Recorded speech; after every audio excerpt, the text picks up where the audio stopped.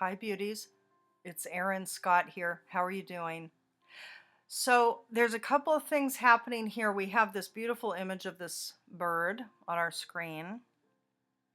There's some live jazz streaming in the background. I purposely have it low, so you might not be able to hear it too clearly or too well, but that's on purpose. But it is in the background for what feels to be honest, a little bit of an indulgent uh, analysis that I'm going to be giving you. And let me tell you why. So, this particular whiskey, so let me just tell you this. So, before we talk about this whiskey, let me just share with you something, which is that earlier today, I recorded the Taurus New Moon analysis and I uploaded it. But even though it was a good analysis, I thought it was really good. It went into a lot of poignant, relevant details. For whatever reason, it didn't feel correct to make it live, so I didn't make it live. And then this afternoon, I went out and ran a bunch of errands. And at the end, in fact, this is just about 20 minutes ago. Right now, I'm recording on, the evening Eastern time, 6:37 p.m. On the 11th, right? So just about 20 minutes ago, at the end of my errands, I had the insight, let's call it, to get some whiskey. Now, I love whiskey. I adore whiskey, but I never get it. I don't drink it very often. It's very rare that I drink it. And I really never buy it for myself. Occasionally I will, but my God, I can't even remember the last time I did that. Anyway, long story short is I went to my local place, my local liquor store, and they had this particular whiskey here. I've never had it before. So this one is handcrafted in Ireland, West Cork blended Irish whiskey, a blend of, blah, blah, blah. So bourbon cask whiskey. So I literally have not taken a sip of it yet. Okay. So before I do this very indulgent reading, which by the way seems completely appropriate for this Taurus new moon, for which we'll go into. I'm going to take a sip of this and then I'm going to pull up the chart and we're going to talk about what I'm seeing here. Okay. So let me take a little sip of this. West Cork blended Irish whiskey.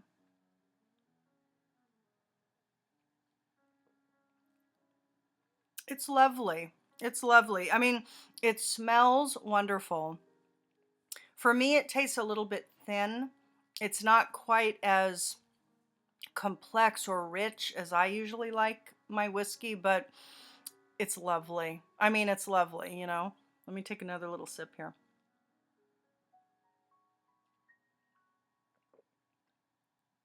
I mean, yeah, it's wonderful. It has a nice spice, a nice kick, a nice heat to it. It's lovely.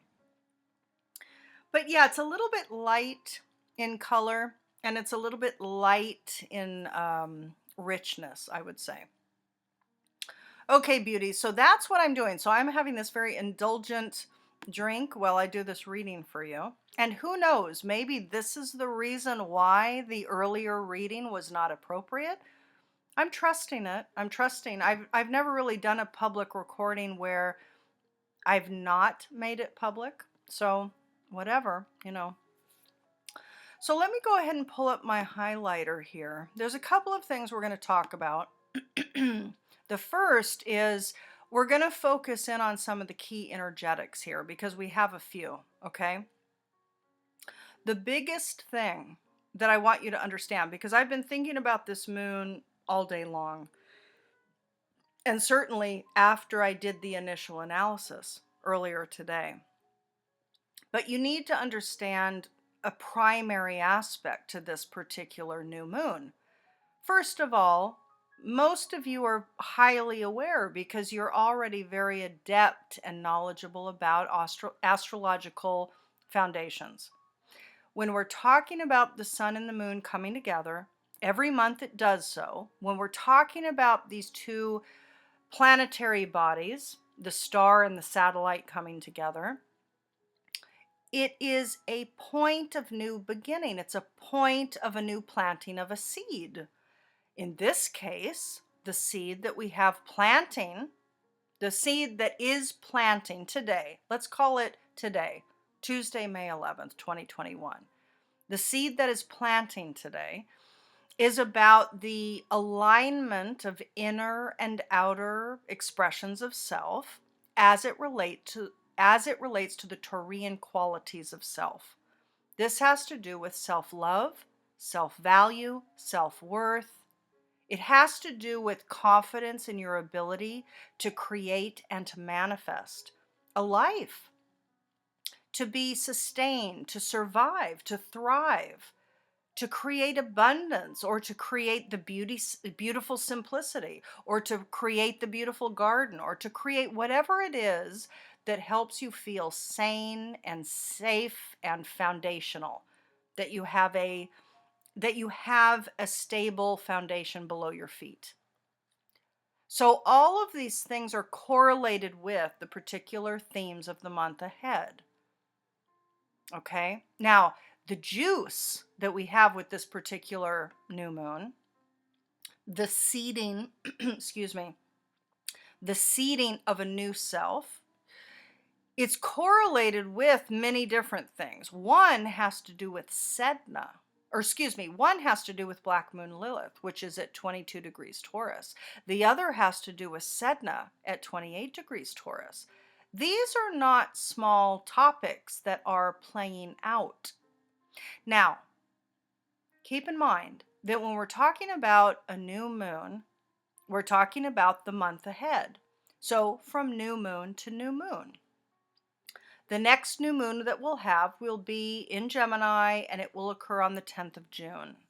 So we have about a month, right?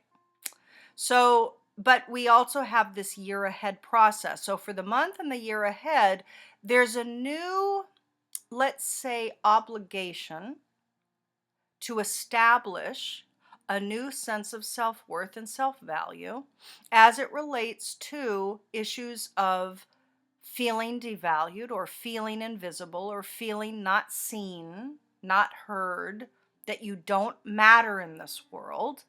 And by the way, a lot of people feel that way. A lot of human beings grow up feeling that way.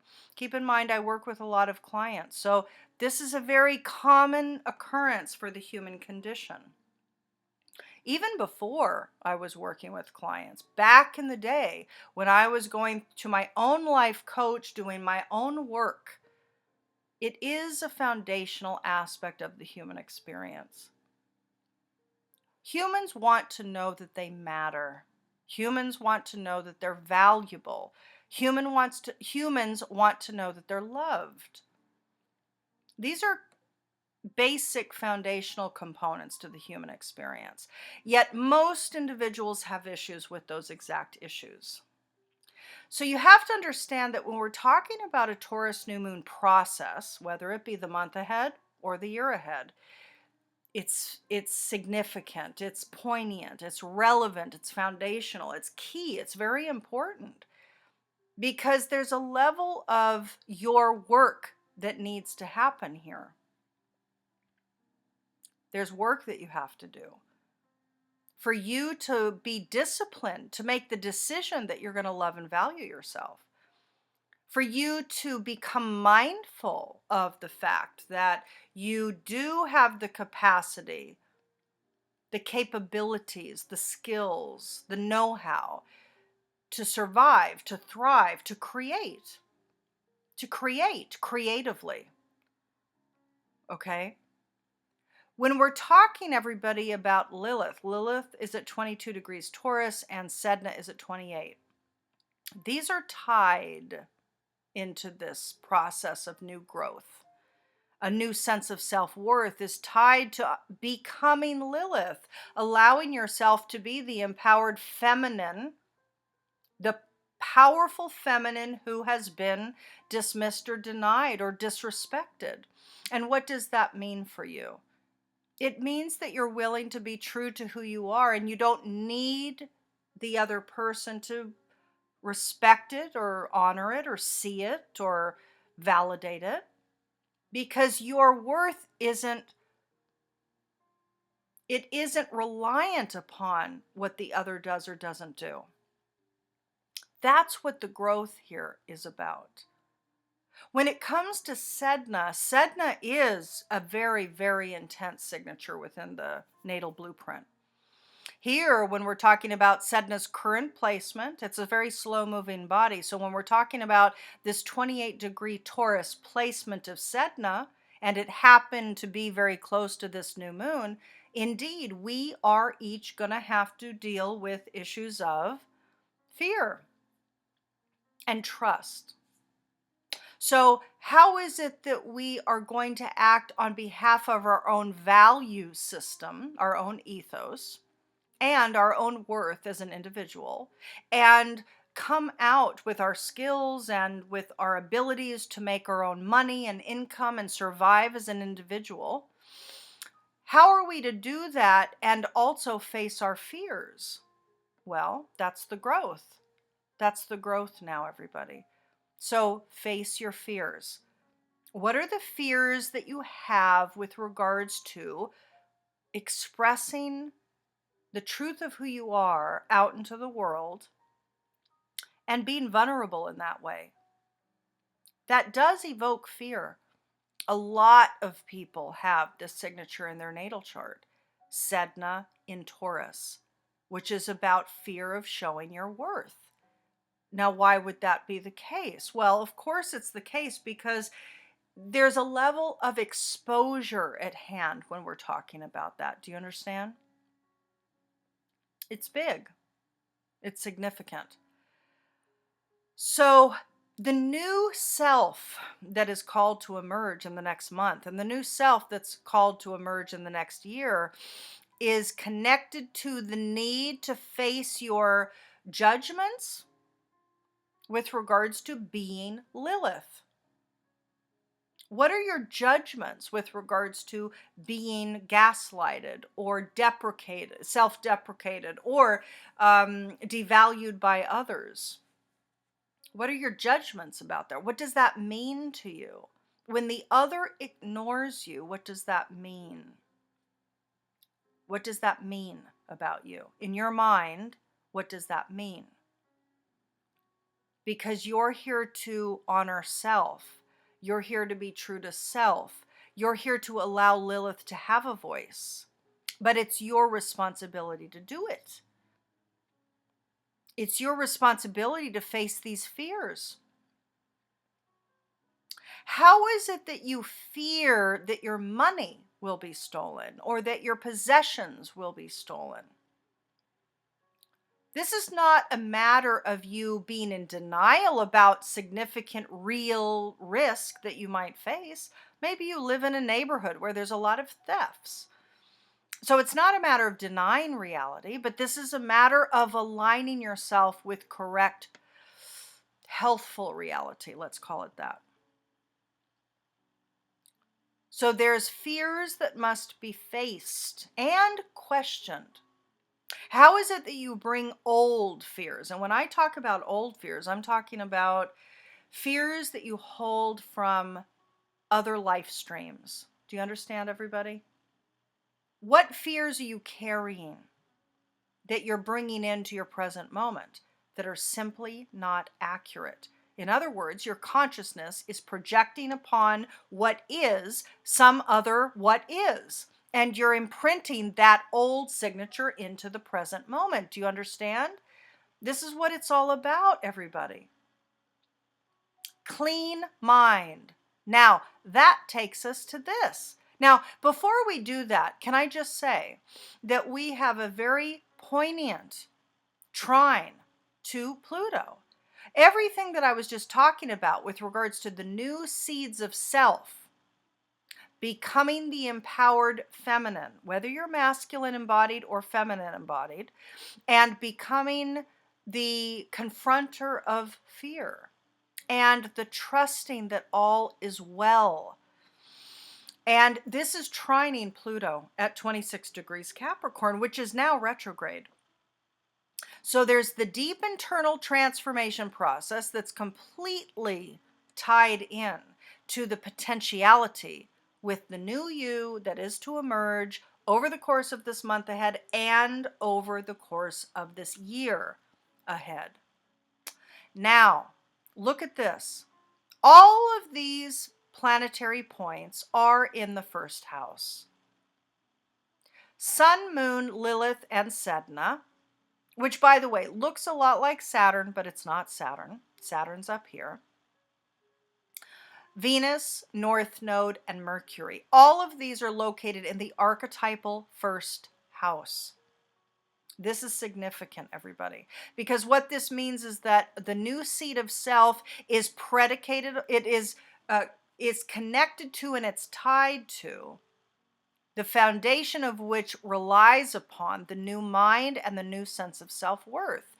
The evolutionary trajectory here, the North Node in Gemini, is connected here to Mercury, and it's also connected to Venus, which is the ruling planet of the new moon. So in order to have the new mind, the evolved mind, how do you perceive information? How do you interpret your situation? There's an evolution that needs to happen. There's an evolution that is required to happen. And what is that connected to? A new way of viewing yourself, a new way of valuing yourself, a new way of loving yourself. Venus. Love. Venus rules many things because, as you all know, Venus rules not only Taurus but also Libra. So with Taurus, we have the archetypal processing of love of self. Our value systems, our possessions, our money, our value system, and our love of self, our value of the self, and our value of life. Because if we value ourselves, then we'll value life. And then we will work to create things, to create a condition of life that will help us thrive. That's what Venus in Taurus is about. Venus in Libra is about relationships. It's about the relationship to each other. It's about the relationship to our thoughts, our feelings, our past, our scenario, our context. But Venus also rules finances and money, abundance. It also rules aesthetic and beauty.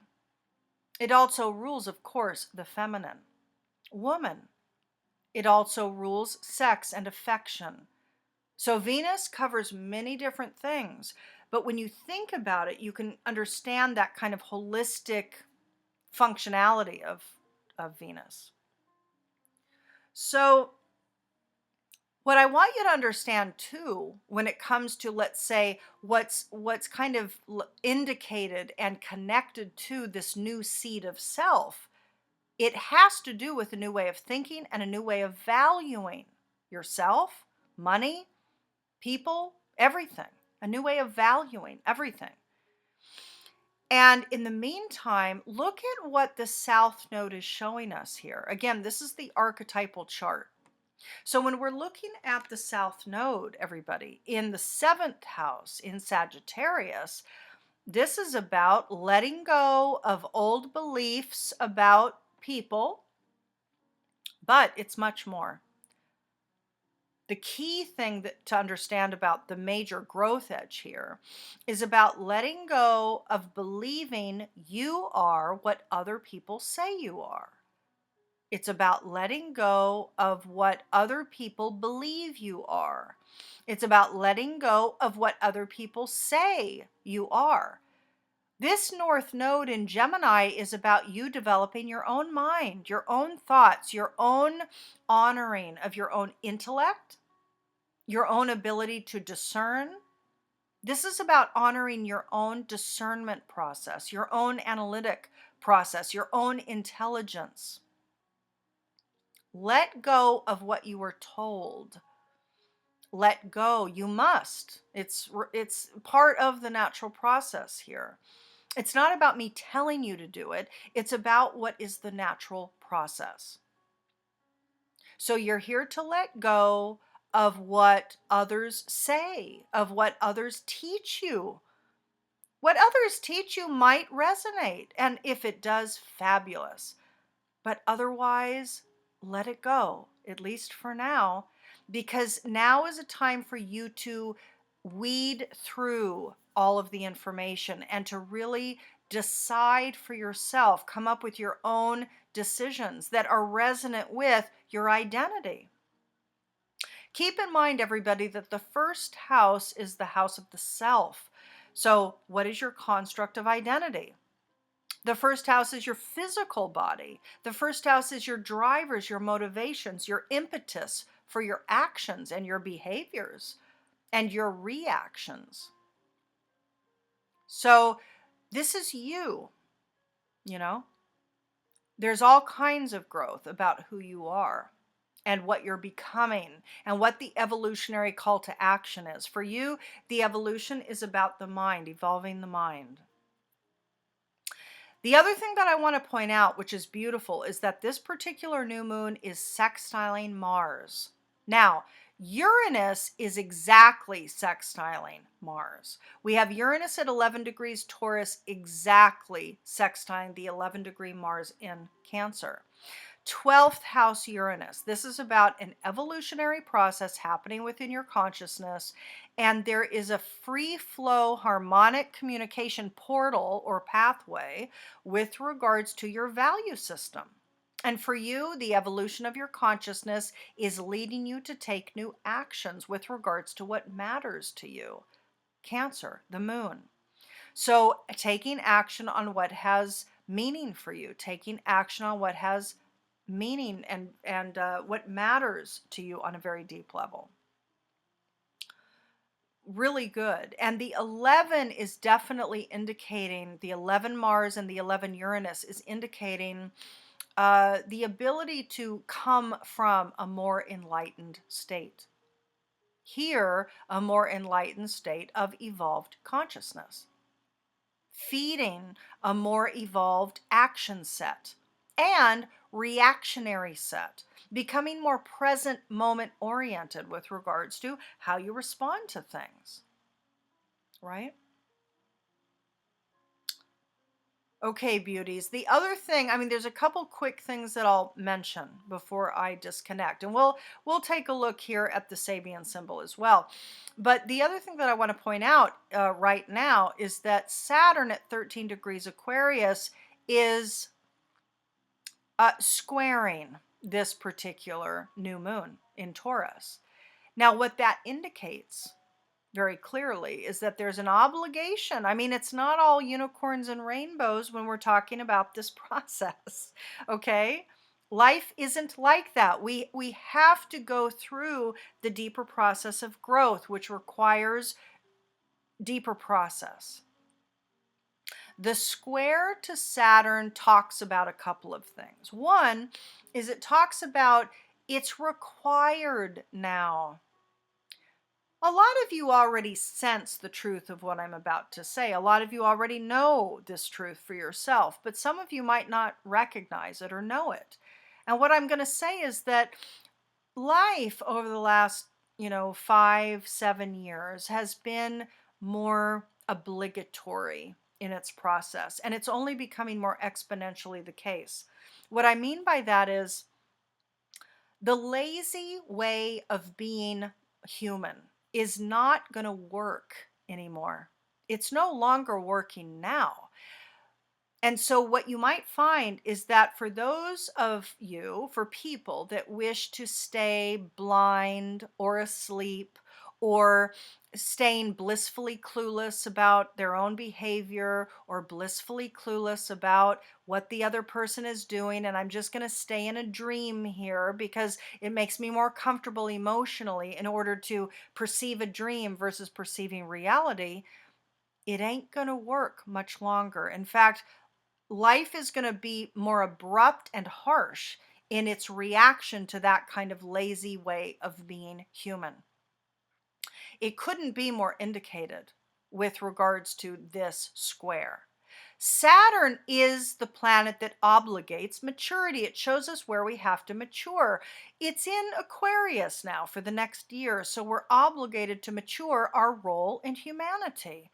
At the 13 degree, there's an aspect of nature or natural system. You are obligated to live your own nature here, and it's squaring the new moon. So, in order to meet the requirement to be the individual that you're here to be, the truth of who you are as a participant in the whole, you are here to up level who you are. And that requires loving and valuing yourself, period. And it requires dealing with the Lilith and Sedna energetics that are part and parcel to who you are. It's a part of all of us, but how you operate with it is your free will choice. Are you going to choose to become awake to how these energies function within your signature or not? You could choose to drug out. You could choose to be blissfully unaware. You could choose to whatever you're going to do, but it's not going to work. In the month ahead, in the year ahead, you're obligated with this square. You have to step up. As a human being in the collective whole, you have to step up. You have a role to play. You're here to do it. You're here to be the truth of who you are, but it requires a new mind. It requires a new level of self-love. It requires stop letting what other people say influence who you are. You're here to know who you are according to your own interpretation mechanisms. Period. Again, full stop. So this is big, juicy stuff here, everybody. The other thing that I want to point out is that Chiron at 11 degrees, so we have 11 Chiron, 11 Uranus, and 11 Mars. Chiron is squaring Mars. And what this means is that for some individuals out there, they're going to go a little crazy.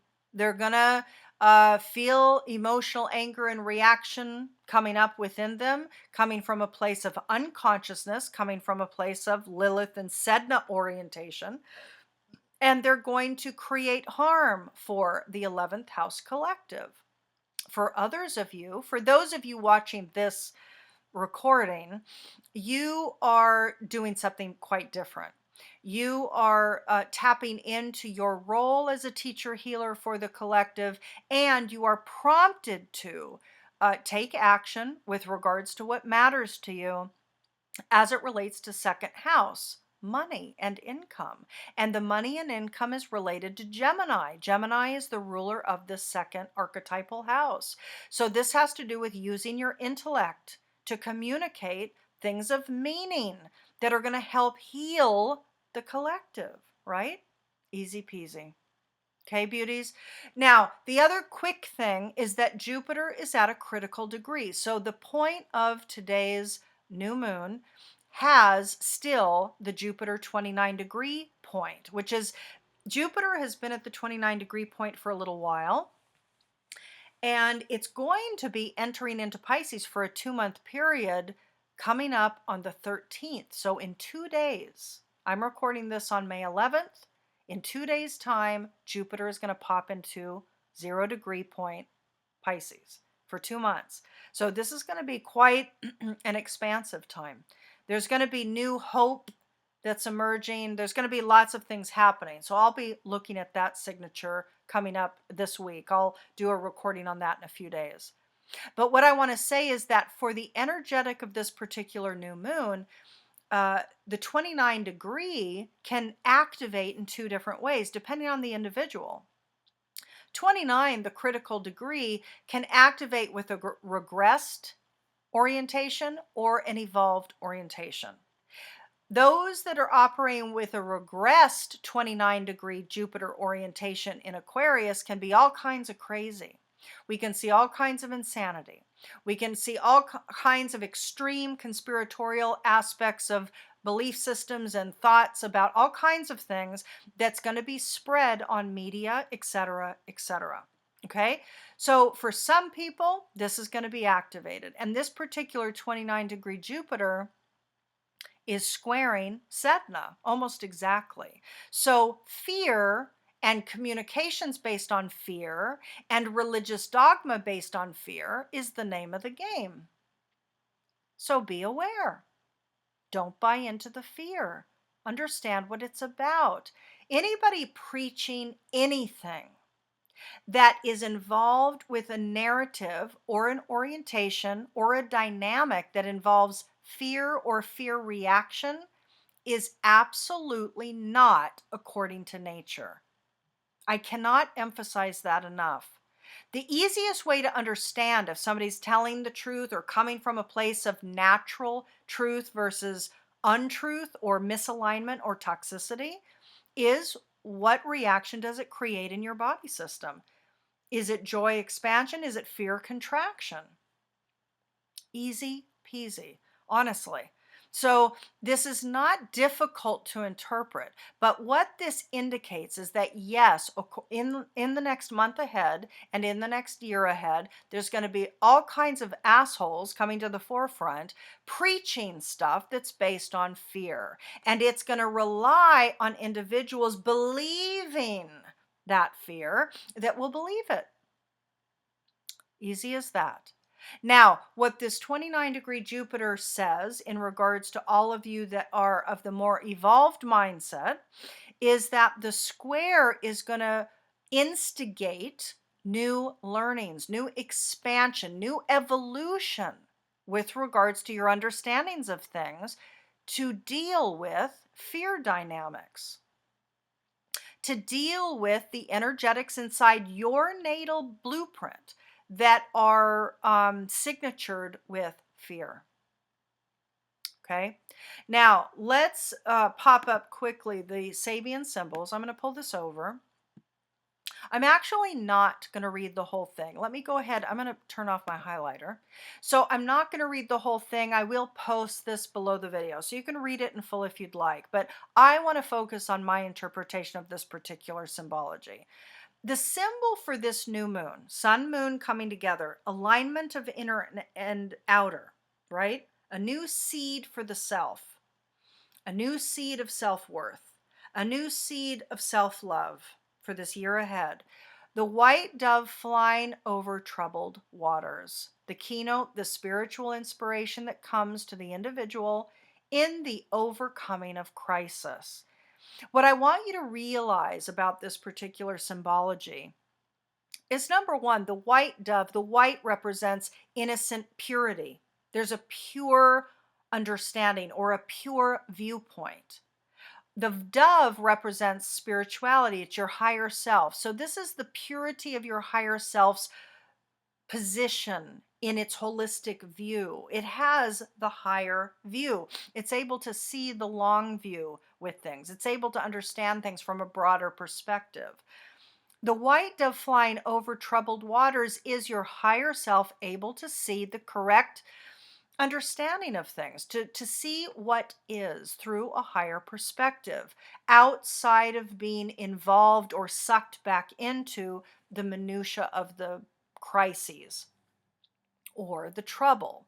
Troubled waters indicates emotional chaos, emotional storm, emotional signatures that have pain bodies imbued. Here, the opportunity for this new self is you stepping up into a higher iteration, able to understand from a holistic and witnessed perspective your life and the stuff that's going on in the collective and that of your family line, that of your friend groups, that of life in general. That's what we're talking about here. A reward to the faithful. I would say that this is a bit reductionist. I have to say, I'm not nuts about Dane Rudhyar's explication of this particular symbology. This symbology has big meaning, greater meaning than what is articulated here. But you are, please read it, absorb it as correct for you, and be open to a broader meaning. Take what is spoken here with a grain of salt. Keep in mind that Dane Rudhyar took the original symbology that was channeled by Elsie Wheeler back in 1925. He added to it. Okay? So just take it with a grain of salt. This is his perspective of the symbology. What I just spoke is my perspective of the symbology. So for you, honor your own interpretation of the symbology. Take what is written with this with a really huge grain of salt. That's what this is about, everybody. That's what this particular North Node in Gemini is about, especially in the first house. Trusting your own mind, your own thoughts, your own interpretations. Okay. So I'm going to go ahead and reduce that. You can read the full Dane Rudhyar, um, you can read his analysis of it or his creation of the analysis of it and drink it in, but also take it with a grain of salt. There's both things that can be activated. Be open to it and also question it, right? So, and again, that's what this whole process is ultimately about in the long term. By the way, I'm recording this for you May 11th. We are going to have the North Node in Gemini through the end of this year. We end the year with the North Node at 1 degree Gemini. So there is a big process. We're continuing this big process of evolving our mind as a tool. It's huge. It's this huge foundational, very profound and relevant process that's happening for the collective. Okay. Okay, beauty. So I'm going to leave it there. I might have a new sale that I'm going to be posting. Now, if I do post it, you'll see the link below this video. So just FYI, that for those of you that are interested in your, for example, your 2021 analysis, I might be putting that on sale. I had it on sale for Mother's Day, but I might be putting it on sale again. So for those of you that are interested in being made aware of when sales emerge, you can take a look back at the video in the description. You can also subscribe to my newsletter, and that way you'll get information about sales when they launch. All right? Okay, everybody, I'm sending you much love for certainly for your Taurus New Moon process ahead for this week, for this month, and also just generally for your processes in general. I'm sending you lots of love and support. All right? Talk to you soon. Bye-bye.